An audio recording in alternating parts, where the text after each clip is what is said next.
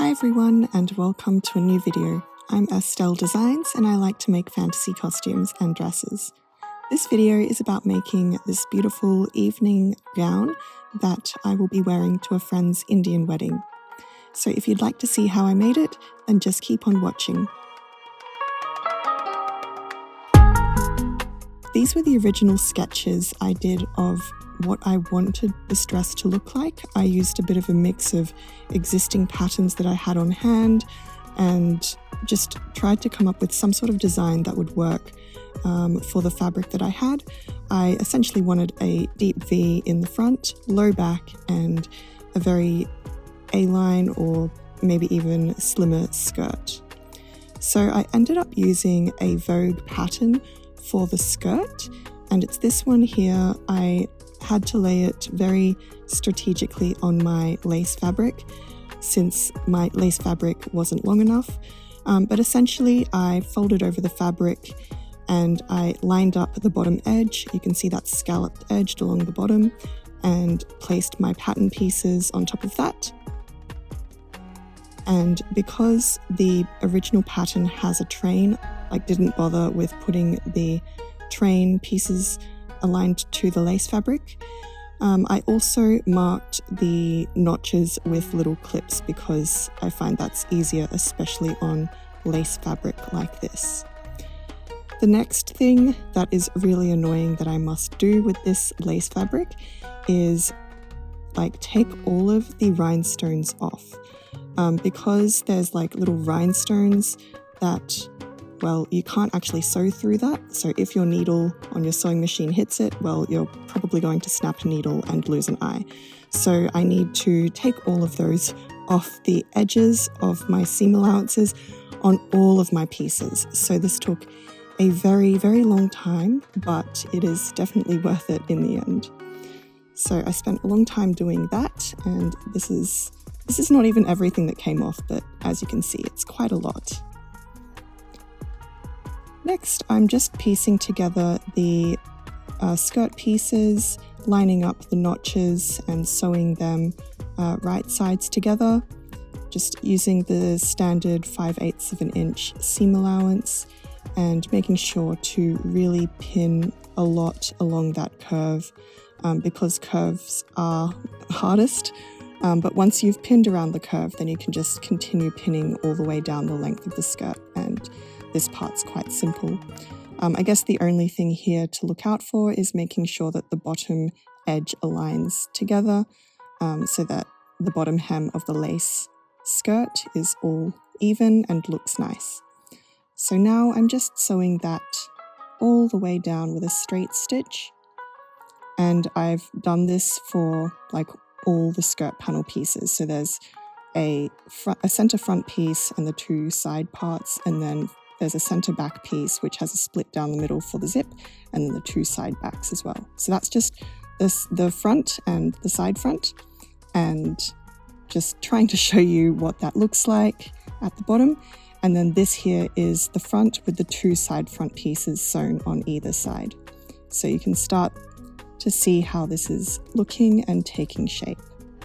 Next, I am trimming the seam allowance because I don't want any bulk in the skirt, and I just close off that edge with a zigzag stitch. So that's on all of my raw edges. I don't want anything coming undone on the skirt, so a zigzag stitch is all I need to do there. And now I can finally attach my skirt front and my skirt back pieces. So like I said, I've got the front section, and now I'm just pinning on the side seams, matching up where the curve of the skirt seam starts, matching those up on both side seams, and then pinning all the way down and doing the exact same thing with a 5/8 of an inch straight stitch, trimming off the excess seam allowance, and then zigzag stitching the raw edge. So this is the raw edge all binded off with the zigzag stitching, and it all looks nice and neat from the inside. So now let's move on to the base skirt, which I am using a navy dark blue something fabric. I'm not sure what its contents are. Again, using the same pattern pieces. Because it's supposed to be cut on the bias, I didn't really have enough, so I did have to piece together some of the fabric for the front piece, which you'll see later on. For this, I actually cut out the notches, matched up the notches to, the seams that I needed to, and then did the exact same thing that I did for the lace skirt. So pinning along the curved edge all the way down the side of the skirt, sewing that with a straight stitch, and then trimming off the excess seam allowance. And I believe I didn't bother with a zigzag stitch for the raw edges on this blue fabric because this fabric doesn't seem to fray, which is really good. So here is what the full skirt looks like. You can see that at the top there, that's where I had to add in some extra fabric to make sure that the top piece would match up to the lace fabric. And this is just showing you what the skirt looks like on its own without the lace. And it's got the low back there, still need to put the zipper in, and this is what it looks like with the lace layer on top. And I just basted the lace layer to the base skirt along the top edge. Now let's move on to the bodice. I drafted up my own pattern by draping it on myself and on my dress form, but essentially it's just a single dart. I know that it looks like there's two darts there, but it's just a single dart on the bust, a very long strap that goes over the back, over the shoulder and across the back, and it ends in a low back in the center back there. So I'm just cutting out this pattern out of the blue fabric twice and once out of the lace layer for laying on top. I did again have to piece together some of this fabric to make it work, but I managed to do that. And here are the pin markings for the dart that I will sew in. So to sew the dart, I just sew along the pin line. Make sure to zigzag stitch at the top because you don't want that dart coming undone. And this is what the finished dart looks like. So I've got the blue layer as the base layer and then the lace on top, and I'm treating this all as one layer, and I will be repeating the same process with the other blue layer, which will be the lining. And here I am picking off all of the rhinestones again. It's quite the task, but once it's done, it makes it so much easier. And what I've done is sewn all around the edges to keep the lace and the blue layers together. So here you can see one side start coming together. And I wasn't sure how I wanted the strap to be, if I wanted it to cross in the back or just go straight down.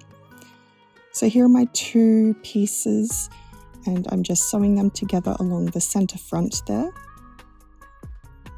And like I said, this whole process is repeated for the lining fabric, which is the blue fabric. So now I'm laying the lining fabric on top, right sides together, and matching the center front point, and then matching everything up as best I can from there. And here's how it looks.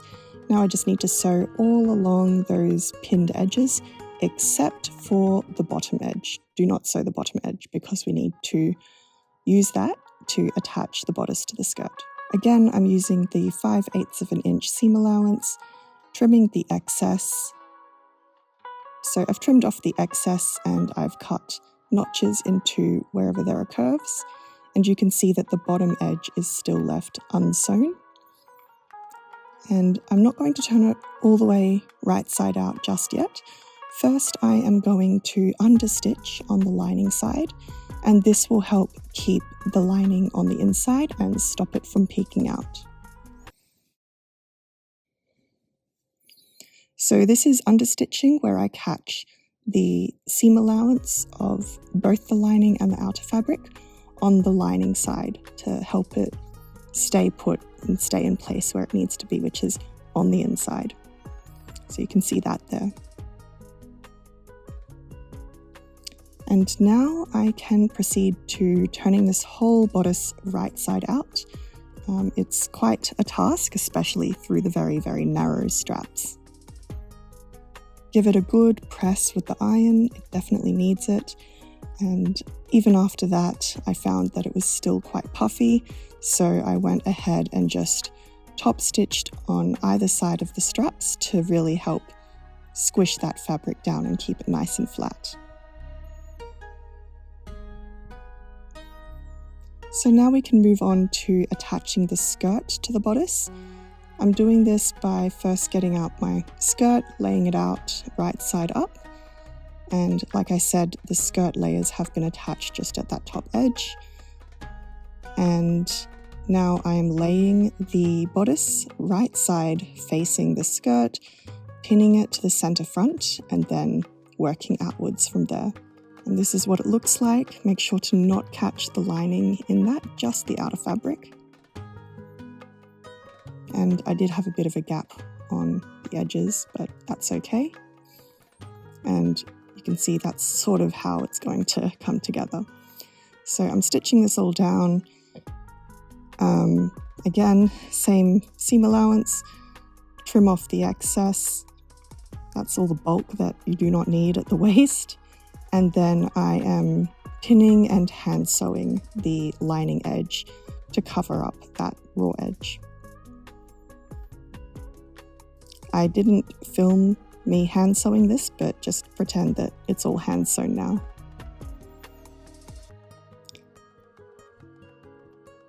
So after it's been hand sewn down, I stitch on the outside of the dress just to keep, like stitch in the ditch to keep the, like all the seam allowance and layers lying flat. I'm going to insert the zip now. Basically line up the back edges of the skirt, and this is the invisible zip that I'll be using, and that fits perfectly there. And I just baste along where the zip is going to go. So you can see there, I haven't inserted the zip, but this is just basting for me to get placement of where the zip will go. So now I'll grab my zip, place it face down onto that seam, and sew just to the seam allowances of that seam that I had previously sewn. And I'm still using my big basting stitch, so that's like the very long stitch. So I've got one side down, just need to do the other side as well, and making sure that the middle of the zip aligns with the seam exactly. So sewing the other side of the zip down. So this is just to keep it in place. We're not properly sewing the zip yet because I haven't gotten out my zipper foot. So there we go, the zip is in place, but we need to now sew it properly. So to do that, I rip out all of those basting stitches that I had done in the first place. So using a seam ripper to do that, or just clipping them all together. And once you've reached down to the end of the zip, you can open up the zipper. And now you've got the freedom to actually go ahead and properly sew in the invisible zip with the zipper foot along the teeth. So that's what I'm doing right here. And it's really good to have the basting stitches in first because that way everything's secure. I don't have things shifting around. So I really like this method for sewing in invisible zippers. So after that's in, I need to sew the rest of the skirt down the back. And I just sew a little bit of the lace and blue fabric together all as one. So that's what I'm doing there. And then after that, I sew the lace layer separately all the way down, right sides together. And then after that, I'll sew the navy blue layer separate to that. So the layers are separate like they are on all the other seams of the skirt. So trimming off the excess seam allowance, zigzag stitching the raw edges as usual.